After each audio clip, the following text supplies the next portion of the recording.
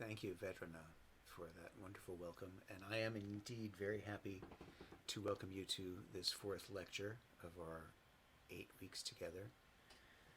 I'm going to be speaking today about the nature of connection in many of its forms. We can say broadly that we are all connected, that everything on earth is connected, not necessarily in a metaphysical way, but even the repelling identical poles of a magnet are connected by their very force of repulsion. So everything is connected either closely or at a distance, at a remove. Two notes resounding, no matter how distantly from one another, by distance or time, have a measurable, discernible connection. In music, we are able to prescribe connection on the page. We connect notes gathered under a slur. As pianists, our first instinct on seeing a slur is to react with our romantic instincts and cultivate the smoothest legato connection we can, creating a seamless sostenuto sound. But what if we see, as we often do, dots under a slur? Liszt had the best explanation, I think, for this notation. He advised to play short, but with pedal. Not too very helpful for our violinist friends, but it points to the fallacy of our reacting instinctively to the slur with our soupiest of instincts. The only thing one can say with certainty about a slur is, these notes belong together. Whether slurred or not, each note has a specific electric atomic charge, plus or minus.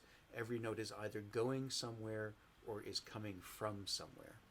There are no strings of ideally connected notes.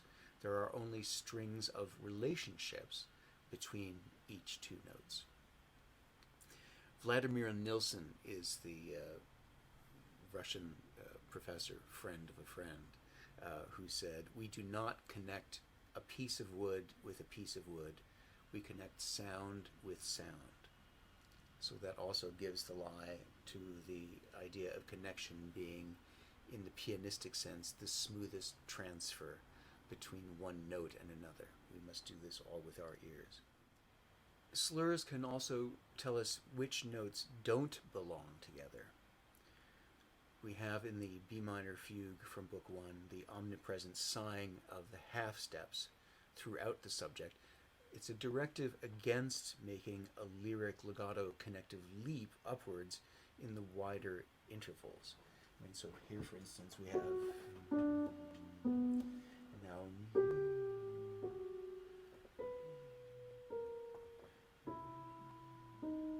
those two note slurs bind together those two notes. As much as we would love to take an operatic moment and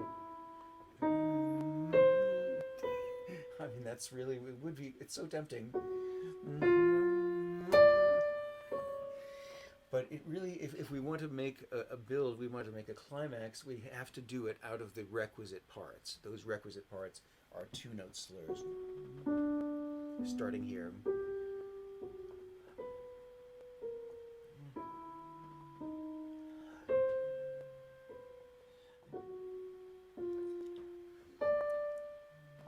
See, I can actually make a crescendo in the space between those two note slurs, but the two note slurs really have to be absolutely integral unto themselves. Strong, weak, strong, weak. And there has to be a space between the first slur and the second part of the slur, the second part of the cross as it happens.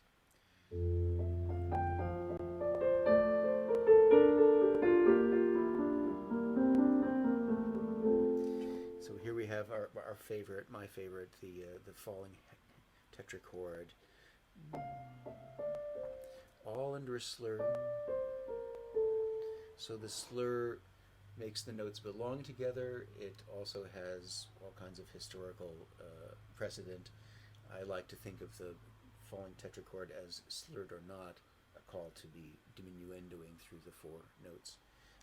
Also very closely held, so actually almost overheld